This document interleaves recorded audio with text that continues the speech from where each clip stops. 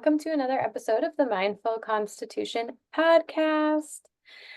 Whew, it's a hot one today, honey. I'm sweltering in my office currently with my friend Faith. Well, she's not in my office with me, but I'm sure it's hot where you are too. It is. It is. Well, Faith is a inner alignment and manifestation coach, and she's also a certified breathwork and meditation facilitator. So, how's it going?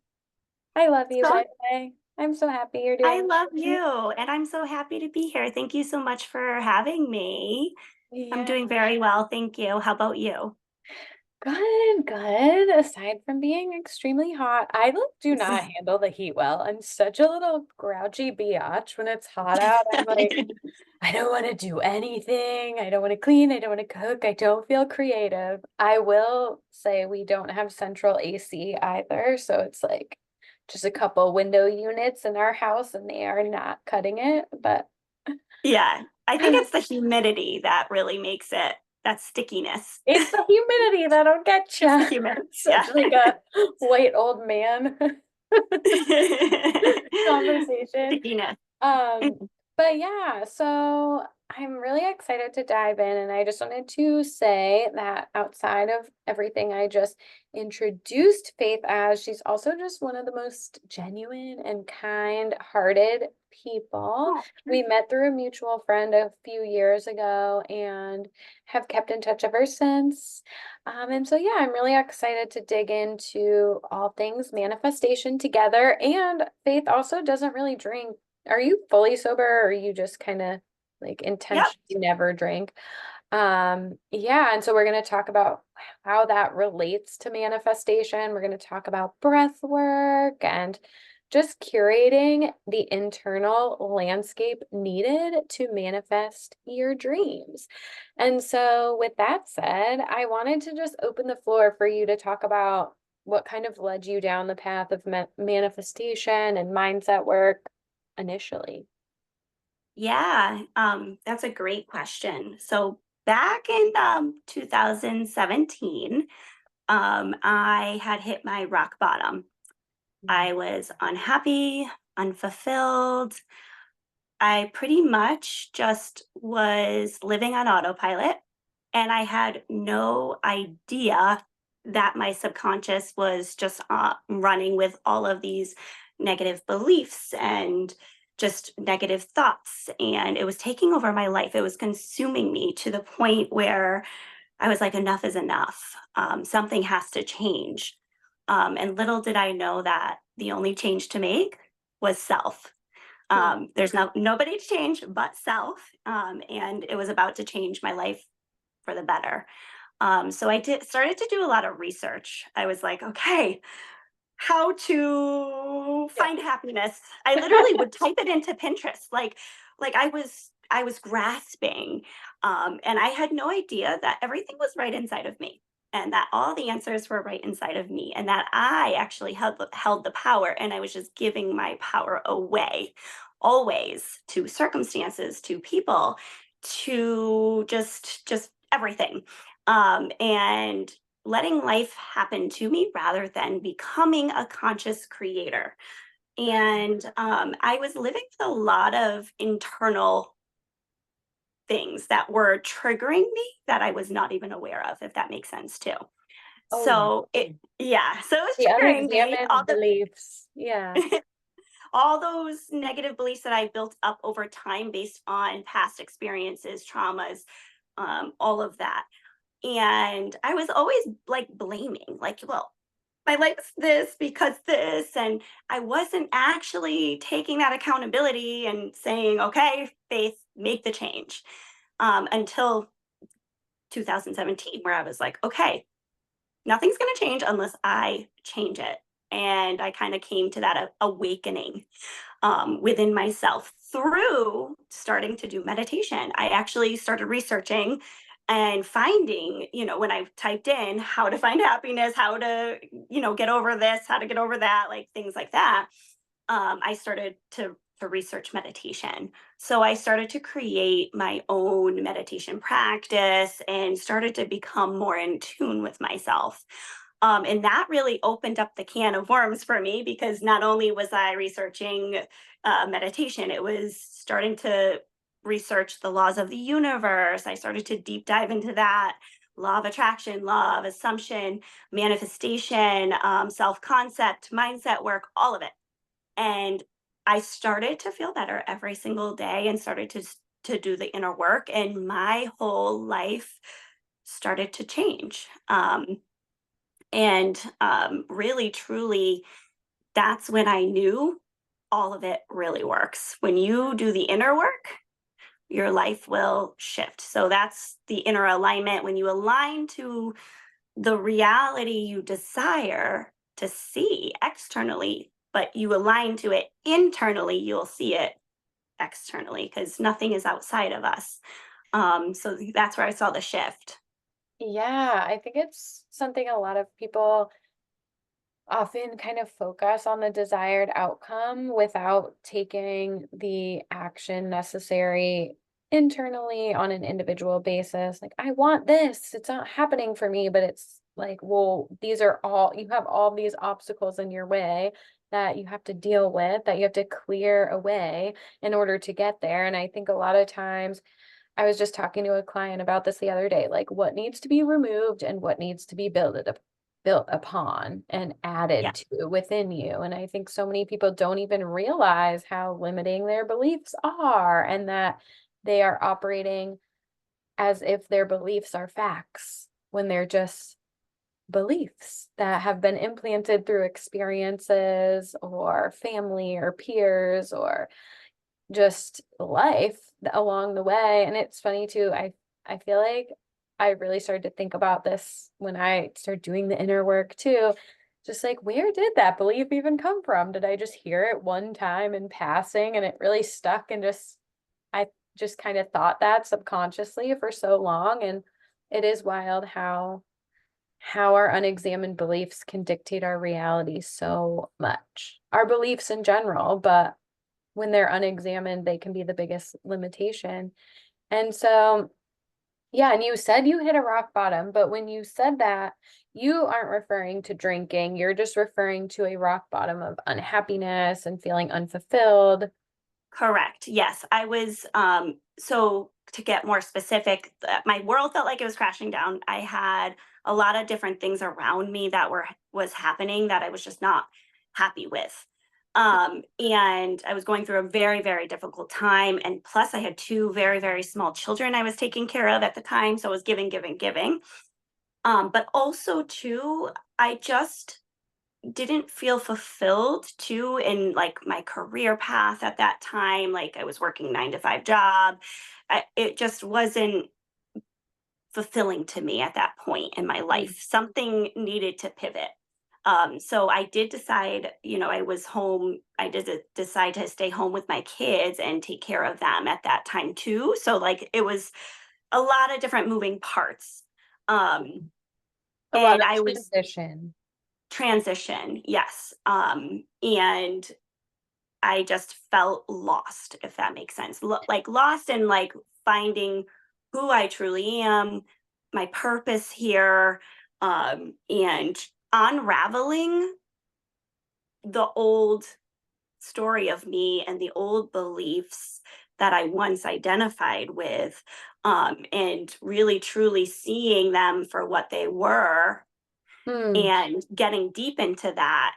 Um, because the power is not outside of us, and sometimes we search for that on the outside of us, and we will always feel unfulfilled. And that's what I was doing. I was trying to fulfill the void within myself, which we're never in lack. Everything is always within, and we can always align to it. It's just we're out of alignment, and I was definitely out of alignment Yeah. with my intuitive self, like what was guiding me. I wasn't listening to, I wasn't in tune with it.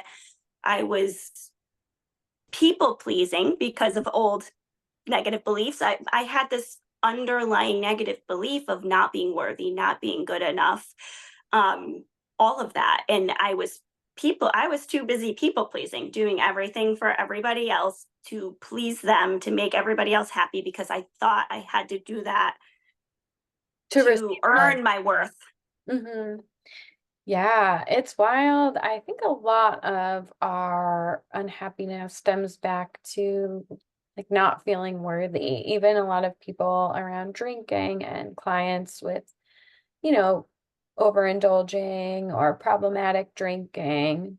Most of it just stems back to a lack of worthiness and self-love and really getting clear on what our beliefs about ourselves are, where we're self-abandoning and where we're putting ourselves last, how our life that we've constructed isn't actually reflective of something that's going to make our souls happy.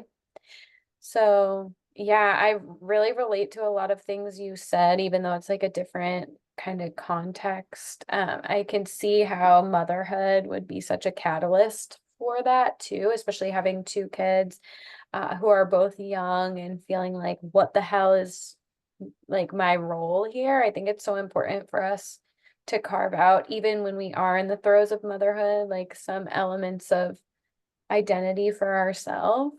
I could Mm-hmm. see so easily how moms could get kind of lost and alienated and drained in it. It's really easy to fall into that victim mindset, which also sounds like something that you were experiencing, where we feel like we don't have time, we can't prioritize ourselves. And yeah, the victim mindset is brutal. Yes. And it's when I took that like accountability and responsibility for my life and saying, no, Faith, like the only thing that's going to change this is you. Like that's where it was like I saw myself eye to eye, and it was like I woke up Mm, and I was actually able to sit with myself and be like, okay, you got to let go of it all. You got to stop this. You yeah. got to, enough is enough. Like no more. Mm-hmm. Um, and that's like you were saying, stepping into that self-love, stepping into that self-belief, and really truly retraining your subconscious is so powerful. Yeah. And it's on autopilot, and we'll go, and our brain activity, 95% of it is subconscious, and we're not even aware. So I wasn't even aware that it was my beliefs that were causing me to show up in that way, Yeah. and I had And to then break it. yeah, and in an energy that's attracting certain relationships, experiences, opportunities, all of those things. I know I went through a point where I'm like, all right, you just have to stop tolerating any level of like interacting with other people that isn't in alignment with the person you want to be. Like, stop getting angry at relationships that aren't showing up how you want them to, or not having like being where you want to be with your career, or being where you want to be with your physical health. Like all of these, or self-confidence. Like you just have to get sick of your own shit enough to be like, I'm fucking changing. Yes. So tell me, okay, breath work is something that you talk about a lot in terms of manifestation and just nervous system regulation and being able to really dig into that in order to support manifestation. So can you talk a little bit about how this is a tool for your manifestation? And can you also highlight the importance of regulating your nervous system when it comes to manifestation? Absolutely. So we don't manifest what we want. We actually manifest who we are, which means what state of being we are in. So if we're in this like anxious attachment, like lack, like desperation energy, we're going to manifest more of that in. So regulation of your nervous system is so super important when manifesting, because if we're regulating ourselves, releasing stored emotions, releasing things that we're holding on to, letting go, we can step into that trust, we can step into that knowing, we can step into that faith and that space within ourselves of calmness, right? Because when we're manifesting, it truly is not the thing we actually desire, it's the feeling we desire to when we get the thing. So when we create that feeling within ourselves, we become an energetic match to it and it just is attracted to you. So when we're regulating ourselves too, our bodies are storing emotions always. So we're able to actually let go of things that we're holding on to, negative emotions. And when triggers do come up, which they come up, like say we get anxious when something happens in our life and we react to something, that means there's a trigger there, right? Okay, well, why am I reacting? And going deeper within is going to help you release that trigger, calm your nervous system, and we can then revise the subconscious belief that we're holding around that thing, right? Because there's a belief there. So if a thought's popping up and we get anxious, there's a belief that we're holding that's negative that needs to be restored, right? And replaced, I should say, with a new empowering belief.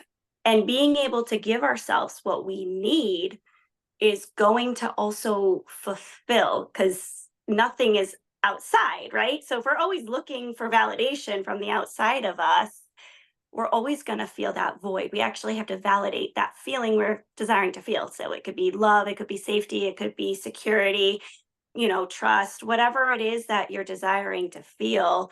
When we give that to ourselves, that's where we're able to come from a space of letting go and receiving, um, Mhm. and that trust and that faith too. Yeah, getting into a state of receivership requires a calm nervous system. And so basically what you're saying is that the root of it is we attract what we are. And if you want to attract a stressful, high Yes. energy, anxiety-ridden life, then maybe a not calm nervous system is good. But for the rest of us who would want to attract abundance, alignment, peace, that will happen from a calm nervous system. And the other part of it too that I would say is that when we're in a dysregulated nervous system, a lot of things that go is our creative capability, our imagination, playfulness, joy. So many emotions are only accessible in a calm nervous system. And so, in order to be the create your dreams and really imagine unique ideas and tap into a space of flow that requires a calm nervous system. And we're able to connect because we're always connected to that divine source. And sometimes we lose that connection. And if we're not taking that time to do that, we're out of alignment Yeah. as well, and that will give us that, like you said, that creative source. There's been times where I've actually felt okay, like during the day, and I'm like, oh, I'm feeling good, but I do breath work and I end up crying my eyes out. So that goes to show you, like, that's a huge sign that goes to show you how much your body takes in. Yeah. Dr. Joe Dispenza talks I about, love him. yes, I know, 'cause I knew you're The going to best. say that too. I'm obsessed Um, with him. he says your body is like your In subconscious space, mind. in Yes. space. Yes. I love how he says your body is like your subconscious mind because it's storing it and we can't connect higher until we release. So we have to have that daily. And that's why it's important to have a daily practice Yeah. because you're always storing, if And that makes because sense. I feel like we don't realize how easily swept away we are into autopilot and Yes. just running like subconscious programs, how quickly they return to factory settings. And I mean that in not a good way. Whatever our Yes. factory settings have been stored as, which is usually trauma, negative experiences, insecurities, all of those things. It's like until you continuously flex that muscle of regulation and tapping into a space of calm every day, those things like rise back up to the surface so quickly. And it is though, I find for me like a spiritual practice does become like addictive in positive way where you just really realize, oh my God, tapping into a whole different frequency of living and peace and calm when I do this on a regular basis. And prior to that, I feel like I spent so much time running from that like silence with myself and that quiet space with myself, which is really what I needed the whole time. And I think so many of us do that when it's like it's scary to slow down and sit with yourself and kind of let things rise to the surface to be dealt with. But once you do, and you actually can access this like divine guidance and know that you are co-creating with the universe, it really becomes so positively reinforced. Like it's scary at first and hard, but once you start doing it, you see, at least for me, and I'm sure I know you feel the same, is this state of flow and just acceptance and peace and knowing like everything's going to unfold for me. It's okay. We've been And trained to think we need to like freak out all the time. I agree 1,000% with that. And I think you're totally right on people shy away from doing the inner work because it is scary, because it is uncomfortable, because it is painful. And that's actually good. Pain is good because that's we are able to rise higher after experiencing that pain. Okay, what can I learn from this? What can I take away from this? How can I grow from this? And me being able to like look at my shadows and those dark moments, that really truly is what helped me step into a higher version of myself. Um, and moving through that, like you said, is going to bring you that peace and Yeah. fulfillment and that joy and all of that. But we can't have it without processing that. Yeah. And one thing you said earlier too that is I'm being reminded of now is that validation of parts of yourself that like needed something that instead of providing that to that part of yourself, you just suppressed it and like locked it away.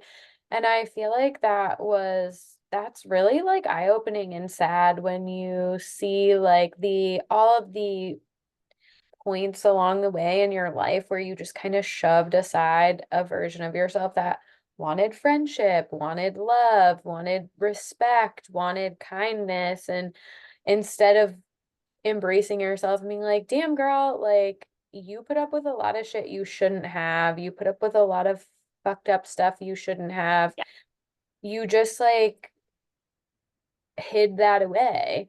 And didn't provide that version of you any love or acknowledgement or validation. And then you see how it comes out and seeking external validation or seeking acceptance from the wrong places or settling for less than you deserve or tolerating disrespect because you're not allowing that part of yourself to be healed or to be acknowledged or to show love to that part of yourself. So it just completely makes sense that when we aren't validating those versions of ourselves, it comes out sideways and more experiences that basically continue to like exacerbate those wounded parts of ourselves. 1,000%. And the cycle will keep going until we break it. So like I found when you said that, it reminded me of like a practice that I do when something comes up within me is nurturing that inner child. I actually say to myself like, I'm so sorry you felt that way. Like I Mm. see it now. Like, and I actually like will hug myself and give myself and say to those words that I desire to hear. It could be, whatever words of affirmations, like I'm so proud of you, or like whatever I was desiring in that Yeah. moment of whatever situation it was. And just saying, I'm so sorry you felt that way, because it really nurtures that. And like you said, it validates that piece of yourself. Yeah. Um, And it recollects your fragmentation of parts of yourself. Ooh, that's embarrassing that that person did yes. that to me or this or that. And we internalize so much the way people treat us instead of realizing like, oh, I don't like that type of treatment, so I'm not Yeah. going to take it. We're like, oh God, must be me. And I think that is really sad. And yeah, and we say inner child healing, which by the way can be like any past version of yourself too. It could be a Yes. version of yourself a few years ago when you like settled for less than you Yes. deserve, or any version of yourself where you suppressed feeling disappointed, feeling sad, feeling excluded, feeling not good enough or unworthy at any point along the way, and just seeing that version of you and calling her in for a little imaginary hug. Yes, I do a lot of self-hugging Yeah, I love in that. my meditation spot. There's a lot of self-hugging here Yeah. that It, happens. it's wild too how much I mean, I'm very emotional and I'm very sensitive, I shall say. And I don't think that's a bad thing, but I do feel like being present in the moment, I do feel overcome with emotion often. I'm sure it's a sign of stored emotion, but it is wild. Like I get overcome with just like gratitude and happy emotion sometimes too. Just like, wow, I can't believe the life I'm creating. And I'm so proud of myself, and it's so nice to have that feeling too. The more you do the inner work and the more present you can be with yourself to just acknowledge the positive shifts too. Exactly, the self-love and really truly giving yourself that, "I'm proud of you." Yes, I love that. Yeah. Okay, so I know we've connected a lot on you with taking out alcohol. Can you walk us through a little bit of because you were never really a big drinker or somebody who was like had a problem with drinking. And so I think it's really cool for people to hear about your story because a lot of times people are surprised when somebody just voluntarily cuts out alcohol, especially when it comes to manifesting your dream life. So can you walk us through that process for you and how you think you've been? Sure. Yeah, I just really truly, when I started the inner work, I really truly stepped into self-love and like, okay, how can I love myself more?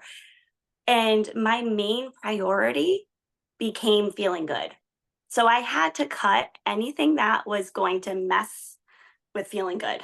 My mental clarity was my main priority as well. Of like, okay, and being in tune with myself. And I didn't want to, when I cut out alcohol, I would, it was more of like, I really want to be so intuitive and be able to connect with that at any given moment, but also authentically me. Like anything that takes away from my authentic self, I'm like getting rid of it too. So like I want to really truly embrace the moment. How can I do that? Having really genuine conversations, being involved and being so present. Alcohol skews your being present and takes away from that. And that interconnection to that intuitive self too kind of goes away when, I was never like a huge drinker. Going out and having a drink and things like that. And sometimes I would like find myself like, oh, I want to loosen up. So maybe let me just have another one. But it's for me, I wanted to challenge myself to truly find that joy when I'm out within myself. Like Yeah. instead of having a glass of wine to go loosen up and and go dance. No, I'm gonna like truly like feel the beat of the music and be in my energy bubble that I'm creating and then go out and do it. And I also too like I think the limiting beliefs was why I would be like, well, let me have a glass of wine to unwind or let me do that. Like, cause I was still feeling like that unworthiness. And I was really truly, when I stepped into my spiritual like journey, it was like, no, like I really truly want to feel worthy and know I'm worthy to go out and dance. And who cares what people think? And like I truly let go of Mhm. all of that once I started doing the inner work. And setting my boundaries too was a huge thing for me of like stating like, when I would go out, oh, I'm not drinking and like being able to like voice that to people and being able to say, no, I'm able to still go out and have fun and from an authentic place of truly just vibrating at my own frequency, if that makes sense. Yeah, makes absolute sense. And I'm curious to know more about At what point, so since you were somebody who kind of made this decision organically, no rock bottom, you were really just doing it to optimize connecting to your authentic self, to stick to boundaries that you're making for yourself, and also to just eliminate anything that's going to be detracting from you stepping into the person you want to become. So, according to most people, they would be like, what? You're not drinking so you can like manifest better or like just have one. Like I feel like you are the prime person that people would try to like peer pressure because you're not, you're like, I'm spiritual and I'm just trying to be the best version of myself. And so like at what point along the way were you like solidified like, no, this is like a not drinking, there's not going to be any negotiating or I'll just have one. Was there a point along the way? How did you get there? Yeah, and people would say that to me, and I would just say, it's just not worth it to me. Um, Plus, too, like health wise, like I whole self wellness for me, I look at it as just like too, like how I treat my body too. I'm really into nutrition as well, and how I fuel myself, not only my mind, but what I'm putting into my body as well. And I just really truly thought, I still think that eliminating it for me is the healthiest option. Mm, Um, and I honestly, when people would ask me, that's what I would just say. It's like, actually, I'm really meant, and I would just say no judgment to anybody, kind of thing. And this is just from like my personal journey. Is I want to be mentally clear, and I would actually say that whole thing to people because like that's my authentic self, and I feel like if I try to like make an excuse for that, it's not going to be my yeah. authentic self. So I literally am vulnerable and open and like, yeah, no judgment. Like, cause like at the same time too, I don't want them to feel bad if they are drinking, but I also too hope to be the presence when I'm walking here on earth to help people awaken on their spiritual journey as well. So if I say that to somebody, maybe it will awaken something within themselves, if that Yeah. makes sense. That's why it's important for me Totally. to say those things to Yeah, people. I think it's beautiful to be able to just stand in your truth. And I think it's always this really interesting culture we have around drinking and not drinking, and how so often people who choose not to drink feel like they need to have some reason that's going to make everyone feel comfortable or an excuse. And it's just, it's wild sometimes when you think of how, as someone who's choosing not to ingest alcohol, you either need to be an alcoholic to make everyone feel comfortable that you have a problem, or you need to have a reason. I'm on antibiotics, I'm taking time, like I'm doing a detox, or there always needs to be some reason instead of like, actually, I just feel way better when I don't drink poison. And isn't Mm. it interesting how the people who are making the pretty objectively healthier choice are the ones that have to make the people making the unhealthy choice feel comfortable. And so I think it's really good to be able to shift the culture, and obviously in a non-judgmental way, being like, oh, I just don't drink, instead of feeling like we have to dim ourselves down to make everyone No, comfortable, because it's actually not probably helping them in the long run. Because if they're fine with their relationship with alcohol, they're not going to be triggered no matter what you say. But if you say how you genuinely feel and in a nice, loving, kind, non-judgmental way, and the impact it's had for you, that might plant seeds for somebody who needs it, instead of tiptoeing around enabling everyone's drinking and making everyone feel comfortable. Like, what is the good in that? I agree 1,000% with that. And I think, like you said, it just feels good to share like that authentic story. Like, listen, like this just makes me, and it actually, there's many times it triggers a conversation about my spiritual journey, and then it's like it goes deeper into that, and then the person's really interested in hearing my spiritual journey. So it it's a nice way to put it, because then it, like we were saying before, it could trigger something within them that awakens and they're curious, and then they become curious of like, oh, that worked for you. Yeah. Maybe it could work for me, you know? Yeah. And as like we know triggers are our greatest teachers. And so while it can be a little daunting at the prospect of triggering someone, like if they're triggered, then they probably need to hear what they don't want to hear the most. And so, you're welcome. Yes. Yes. Yes. And Yeah. yes, agreed. Tell me more about how you think alcohol can prevent manifestation potential or capability.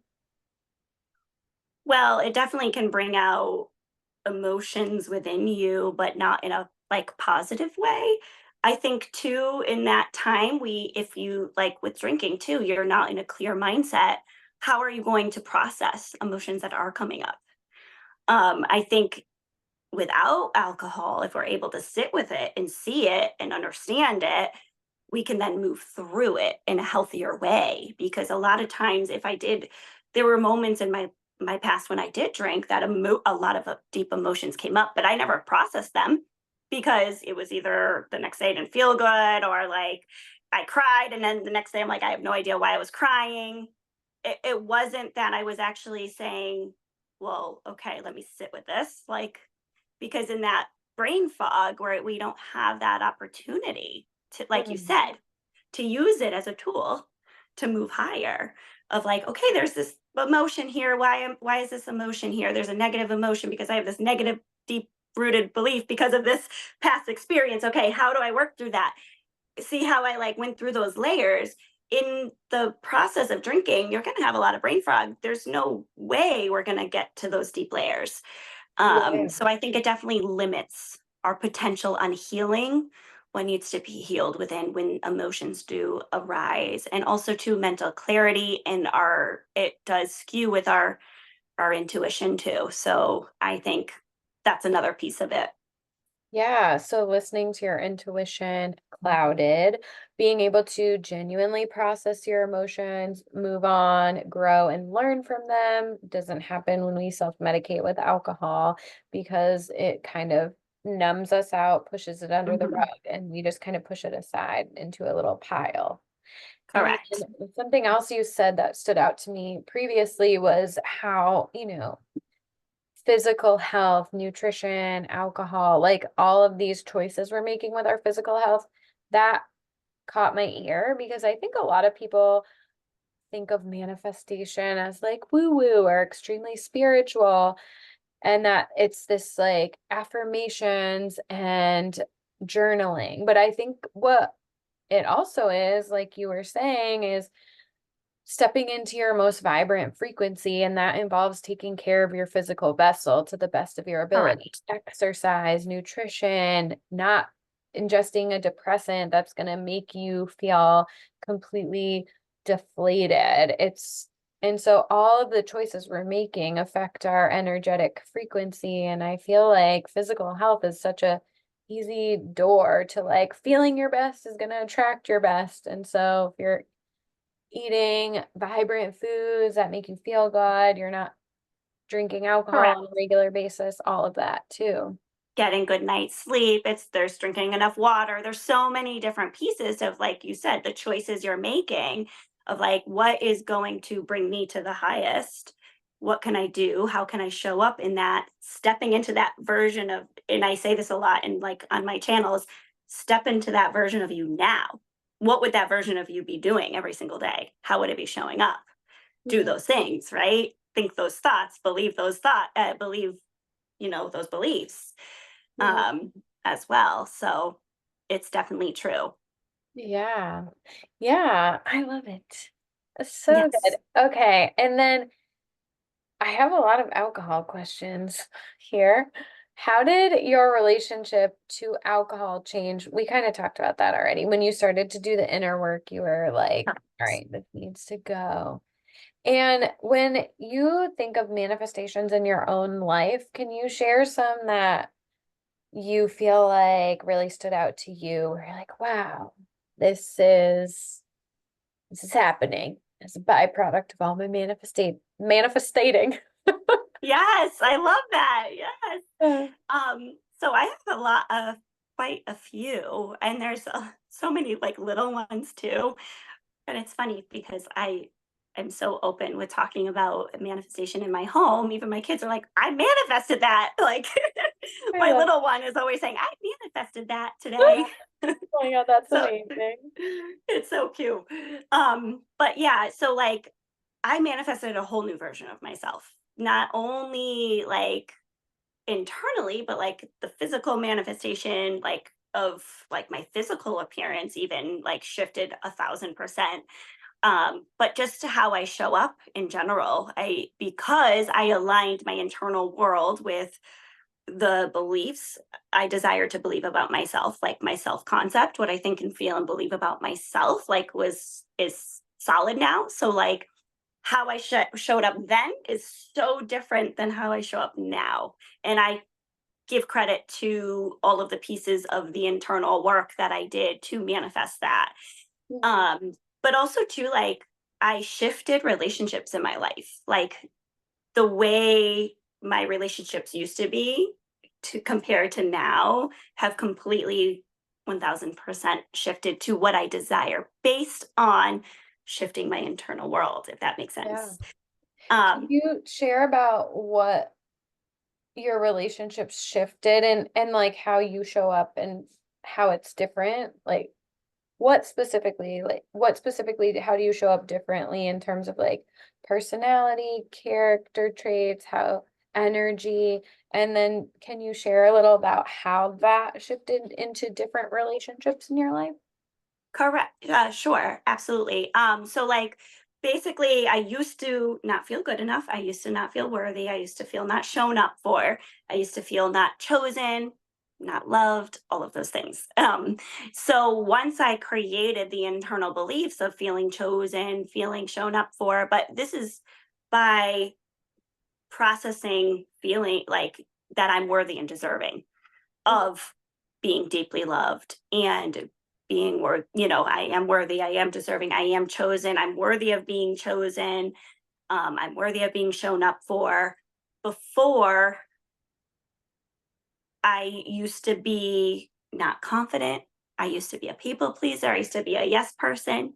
Now I speak my truth. I'm open. I'm vulnerable, but I'm also very I do it in a kind way where I set healthy boundaries where before I never set boundaries. So that's how my relationships really truly shifted was because I was able to stand in my worth, set boundaries in a healthy way by understanding what I was desiring, how was desiring to be treated, if that makes Mm. sense. Yes.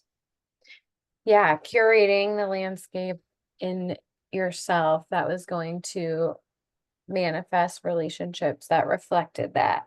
And so I feel like for a lot of people, and maybe for you, there was probably backlash from being someone who was a people pleaser, being someone who didn't set boundaries, being someone who was a yes person. Did you experience backlash when you decided to stop doing those things? I did. And the whole key with manifesting is nothing is outside of you. So if you are like feeding and giving it focus, it's going to, so like what I've learned is set the healthy boundaries, say it in a kind, loving way, but don't give it any negative attention. Don't react to it because then the minute you do, it's going to get worse. And every time I've reacted to something during like manifestations and like attached myself and identified with a circumstance or a person, it's gone south. So it's releasing that attachment to the circumstance, to the person. Say there's negative circumstances, everything's falling apart in your reality. And you're like, well, now it's not happening. You start to like lose that trust. You start to lose that faith and you start to like attach yourself to it and you start to react or you start to chase and you start to come from a lack mindset. That's when things won't work out in your in your favor. It is always working out in your favor. You just have to trust it and have faith. It's just Not shaping you. It's like course correcting. And I feel like it's like, okay, now you're leaning into this. It's going to get worse and blow up in your face because then you need to learn yes. from it and learn that you need to set a boundary and stop questioning yourself. I was just talking to my mom about this the other day about boundaries because it's like as a people pleaser, you set a boundary and they're like, oh God, should I like say something else? Was that like mean? Should I go back and make sure that's okay? And it's like, no, Yeah. it's perfectly Nope. reasonable, the boundary you set. Now set it, forget it, and move on. Yes.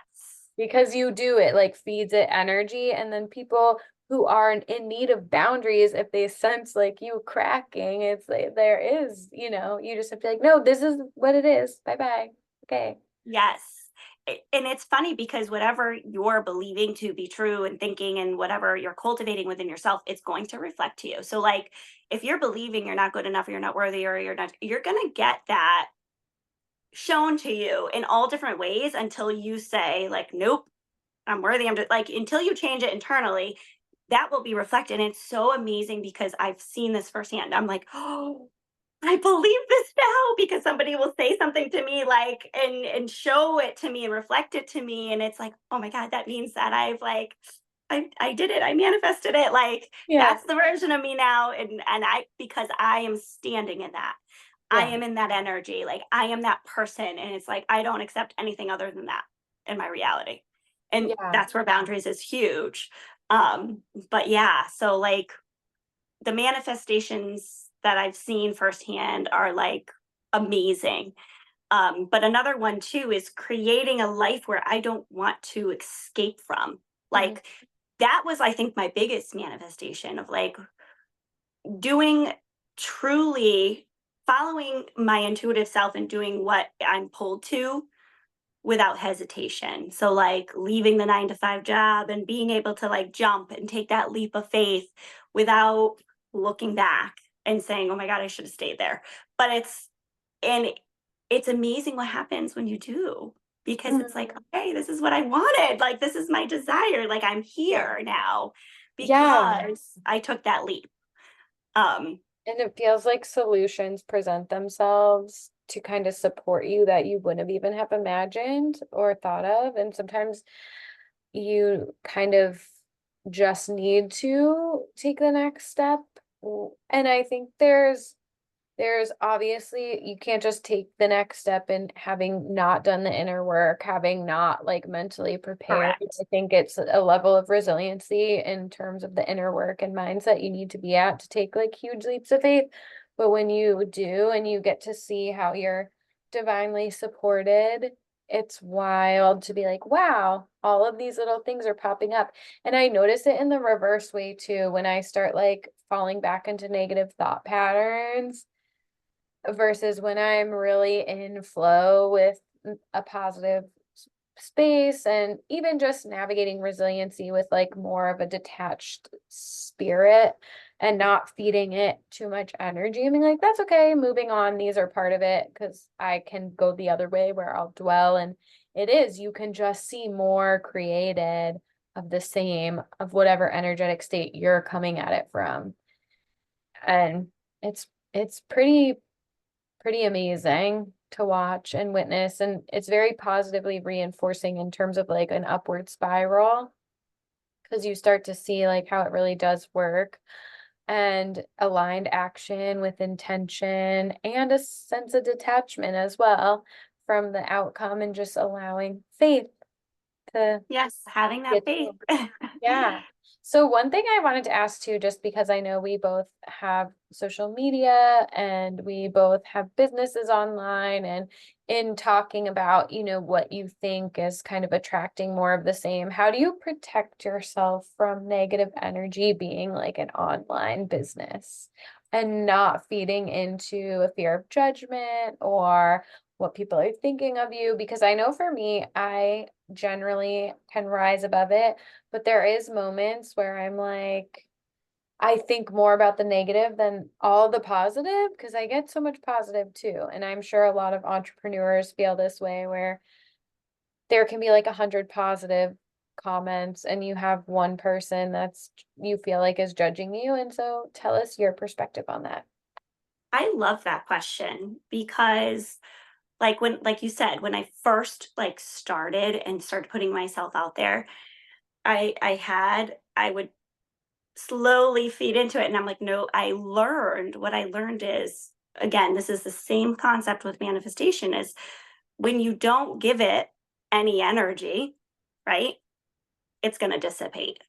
But when you feed it that energy and you start to and you identify with it, that's when it becomes a problem, because we we can let go of it and not identify with it. We don't have to identify with it. It's once we start identifying with it and we create, then that it becomes a belief, right? Mhm. And it becomes then the negative thoughts. And then we start to get this anxiety. And then we start to then manifest that Yeah. energy, right? Downward So spiral.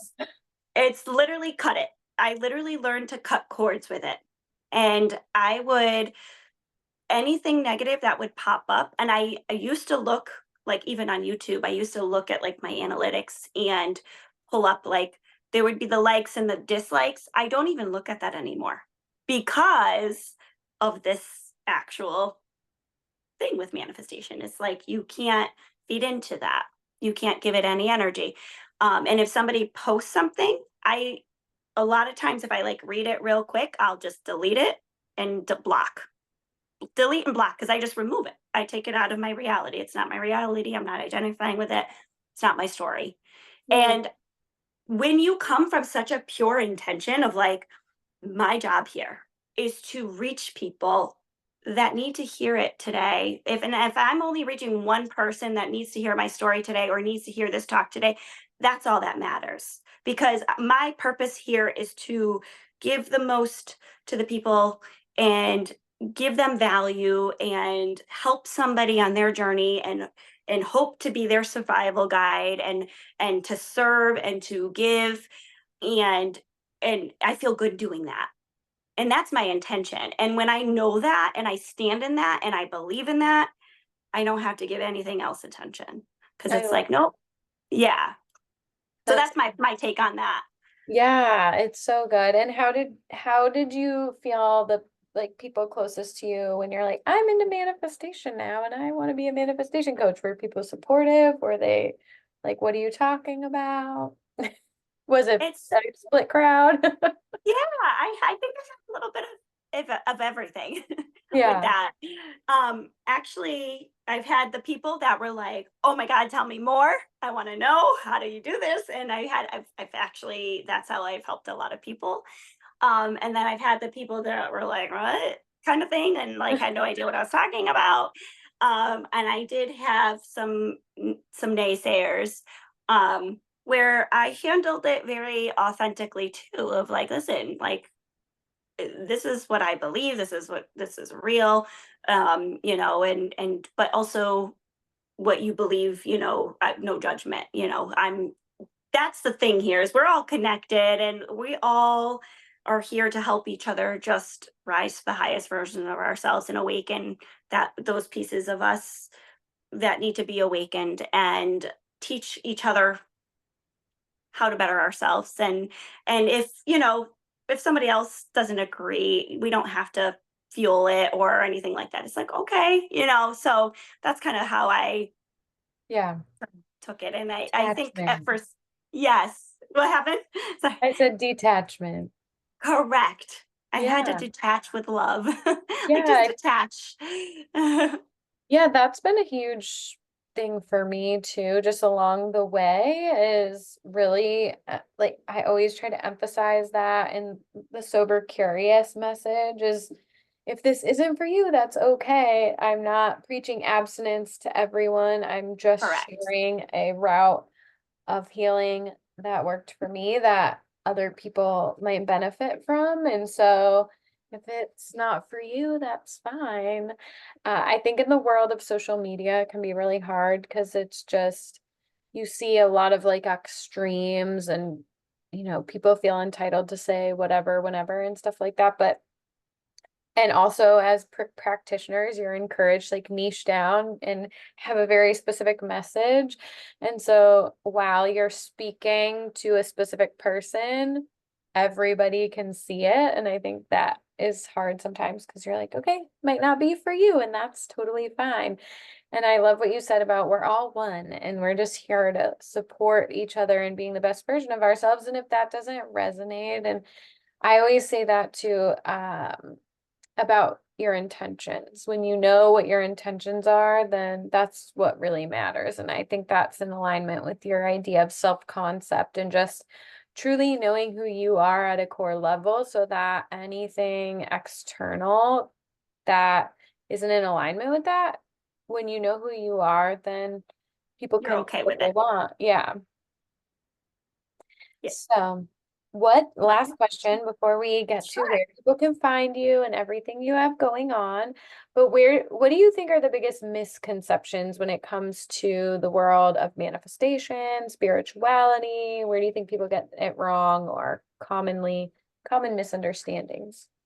I love this question. I think a lot of confusion with manifestation is people think, well, I want to manifest that because, and then a lot of people aren't aware that they're trying to manifest that thing to feel a certain way.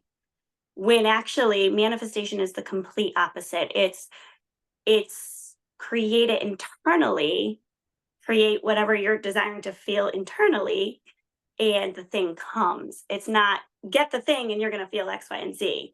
And I Mm-hmm. think sometimes it's we're trying to validate by receiving something, if that makes sense, where it's actually manifestation is nothing is outside of you. We're never without. Everything is always here. The answers are always within you. And I love to tell my clients this. I'm like, listen, I'm not going to tell you what to do. Like, my job is to only guide you because guess what? The answers are within you. Mm, You know, you're always intuitively guided and you're always connected, and you hold the power to change and yeah. shift in any given moment. And I think people, that's the misconception is they feel like, okay, I have to do this thing to get the answer, or I have to get this thing to Yeah. feel the certain way, where it's that's actually the lack. We're actually in a lack mentality, and it's like, but lack is an illusion. It's not real.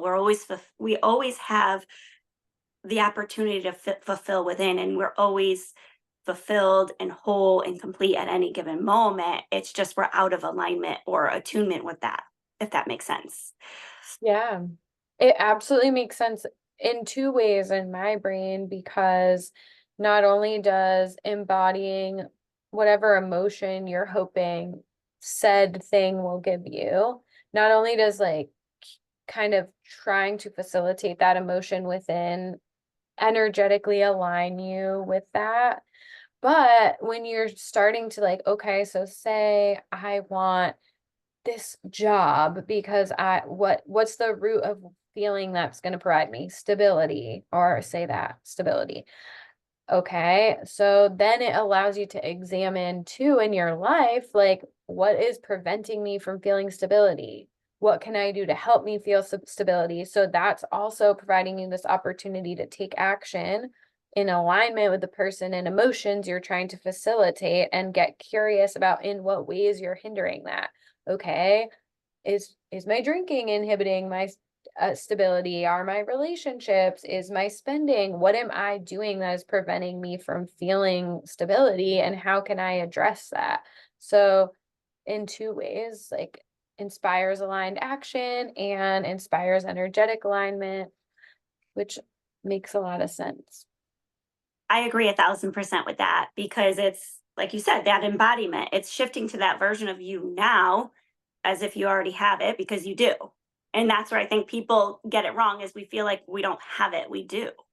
We have that opportunity to shift to that person because we can just become it by aligning our thoughts, our beliefs, our feelings, or how we're showing up to be that person now. And then guess what, everything else will just fall in line. And that's where the law of detachment comes in, is where you give it faith and trust and knowing, because it's already done, it's already Yeah. yours, and then you don't have to worry or be anxious or search or Right. say, okay, well, when is it coming, because you're not in lack, you're fulfilled, Yeah.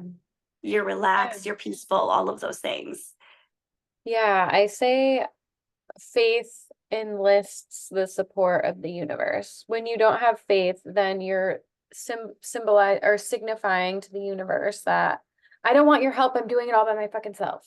That's like Yeah. the message you're sending when you don't have faith is like, I got this. I'm doing it. by my sheer force and willpower alone. Whereas Yes. when you set the intention and then you release it and have faith, it's inviting the universe to support you as opposed to like farming them out of your Yes, that's the plan. ego. The ego tries to control.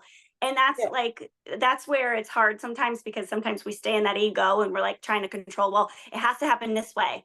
Because then we really like, then we block ourselves from the infinite possibilities of how things can unfold. Because sometimes I'm like, oh, wow, like that's how it unfolded. Like, that's crazy. I would have never thought that. Like, and it's like, Exactly. but then you're like amazed in that moment of when you let go and it unfolds for you, it's something you better than you what you could have imagined. And it's Right. like, wow, I'm so glad I let go and just let it happen like Yeah. this.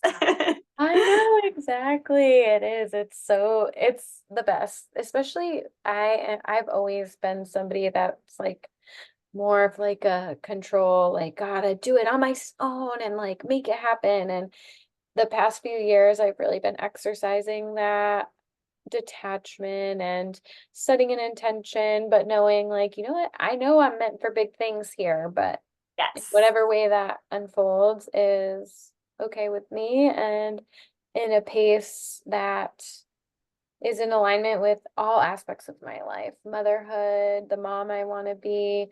I don't just want one thing to explode at the cost of another, or take off at the cost of another. So you just hand over the reins and set the It intention, and it's good to go. That's at the highest good for oversimplifying all. it. Yeah. Correct.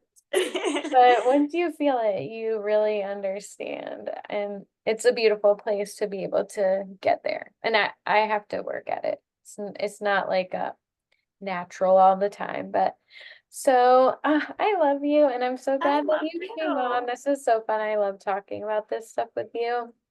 And I know, I so could keep talking. I love it. I love talking about this stuff. I know it's the best. It really is. And I do think, mindset work and everything that you do is it really is at the root of change and becoming the person you want to be. And I feel like it can get a really frilly rap. I think we've talked about that before, where it's like, oh, manifestation, but it's really hard, deep, introspective, and self exploration. A lot of work that goes into it. It's not just affirmations or being like, oh, Correct. I want this. And so like, I'm gonna manifest it. It's like deep soul purging work. Correct. Yeah. So I love it. So thanks for sharing all your wisdom and tell us, Thank you for having me. yeah, tell me about what you have on the horizon, any like special offerings where people can find you, all of that. So I do have a website where people can find me. It's called createwithfaithcoaching.com, www.createwithfaithcoaching.com. And there you can apply to work one-on-one with me if you want to go in and have the one-on-one video calls with me.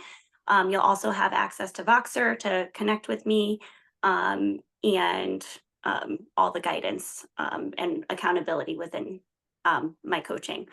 But then I also offer a 21-day shift challenge where it goes through short daily practices to really hold you accountable to making the internal shift.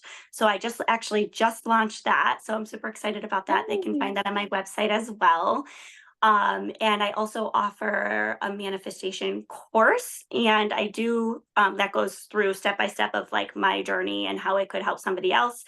And then I do have like a scripting journal that puts you into the feeling state where there's 30 guided scripting prompts that somebody could use to step into that feeling state of what they desire to create. I also have Instagram. So it's create with underscore faith underscore. And then my TikTok and YouTube is create with faith underscore or create with underscore faith. That's it. Okay. No one. So the other No, one is an no underscore. final underscore for YouTube and TikTok. Yes. I love it. Yes, it's so good and powerful. And so thank you so much. So go find www.createwithfaithcoaching.com, create with faith underscore on YouTube and TikTok. and create with underscore faith underscore on Instagram. You got it. Oh my Yeah, goodness, you have a good memory. I was trying to Alright. remember because like creating your handles on things, you have to have certain, but I wanted it all to be like uniform, Yeah. but it was hard to get them all I the same. know. Yeah, no one's stealing Mindful Constitution anytime soon. So, Yes, I love all right. that. Love you. Thanks for coming on. And Love you. everyone, Thank you so much. yes, follow Faith. And thanks for tuning in. Bye.